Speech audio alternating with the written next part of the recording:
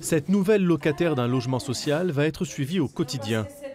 Anane, une jeune bénévole, se rend pour la première fois chez cette famille qu'elle va aider. Aujourd'hui, maintenant que vous vous installez de manière plus stable, si vous pensez à certaines choses et que vous avez besoin d'aide, peut-être pour concrétiser des projets professionnels ou autres.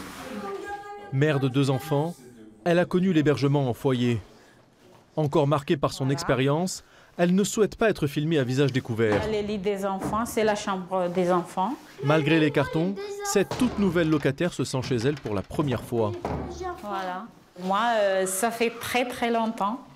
Je ne suis pas indépendante comme ça. J'ai passé dans des centres d'hébergement. Du coup, aujourd'hui, je suis très contente parce que j'ai trouvé un appartement. Je suis indépendante maintenant. 2018, ça commence bien. Son appartement n'appartient ni à un bailleur social, ni à un promoteur immobilier, mais à René et Colette Baglione.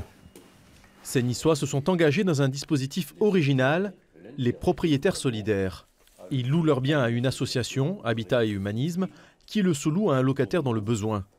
De cette façon, cette structure garantit le paiement du loyer et prend tous les risques. Il aura le risque de trouver le locataire. Il aura le risque de faire en sorte que le locataire ait un comportement correct.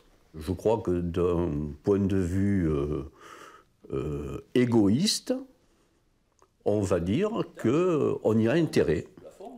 Ce retraité des finances publiques tient bien ses comptes. Au-delà de l'action militante, sa location lui permet surtout de faire une bonne opération.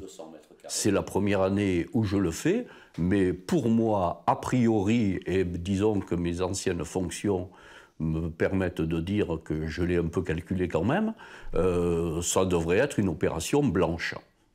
C'est-à-dire ? C'est-à-dire que je ne perds rien par rapport à une location dans le privé. Pas obligé de passer par une association. Tout le monde peut devenir propriétaire solidaire. Dans la lutte contre le mal-logement, ce dispositif reste marginal, mais chaque geste compte.